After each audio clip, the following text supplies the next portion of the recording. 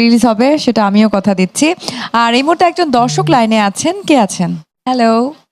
Hello, আসসালামু আলাইকুম। ওয়ালাইকুম আসসালাম, ঈদ মোবারক। জি, আমি আশিক ভাইয়ের সাথে একটু কথা বলতে না, চাই। আশিক ভাইকে যাওয়ার আগে ঈদ মোবারক বলেছি, সেটা উত্তর দিতে হবে। আশিক ভাই, আসসালামু আলাইকুম। এই আমার ঈদ মোবারকের উত্তর দেয়নি আশিক ভাই। ভাই আলী। ওয়ালাইকুম আসসালাম ভাই, কেমন আছেন?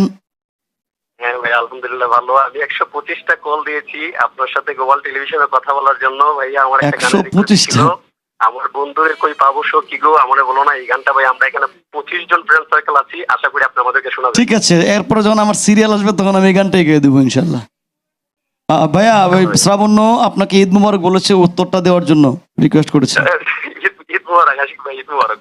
Thank you, thank Ashiq you. ভাই ঈদ মোবারক, নট আস। শ্রাবণ্যকে ঈদ মুবারক দেন। সবাইকে ঈদ মোবারক। আবার শ্রাবণ্যকে স্পেশালি বলেন। শ্রাবণ্যকে দিবেন। এই আপনি কি আশিক ভাইয়ের মতো একজন মানুষকে গ্লোবাল টেলিভিশনে Thank you, নেওয়ার জন্য thank you. আশিক ভাই আমাদের ভাইয়া, টেলিভিশনে আপনার নামটা জানি কি? বাংলাদেশের একটা নক্ষত্র। আচ্ছা, আপনার নামটা কি? আমার নাম রুবেল আহমেদ আলিফ। কালিব ভাই, আপনি Thank you. আশিক ভাইয়ের হচ্ছে একজন ডাইহার্ড ফ্যান, এটা বোঝা যাচ্ছে। তাই বলে যে আশেপাশে কোনো সুন্দরী মানে গুণী মানুষ থাকবে না তা কিন্তু না।